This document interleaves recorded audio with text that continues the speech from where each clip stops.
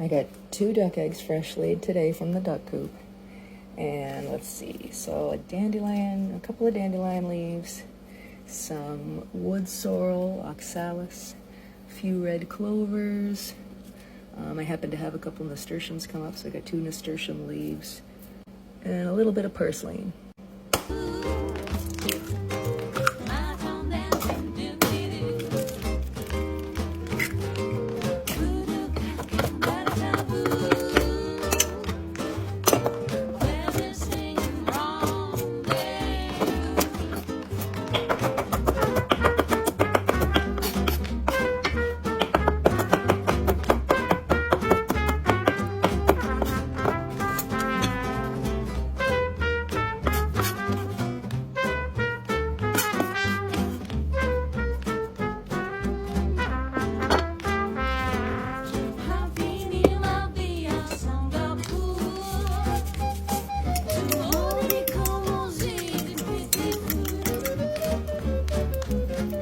Frying this up in some bacon fat in my cast iron pan.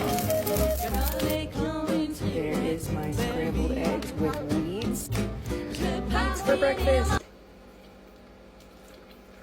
Mmm, tasty.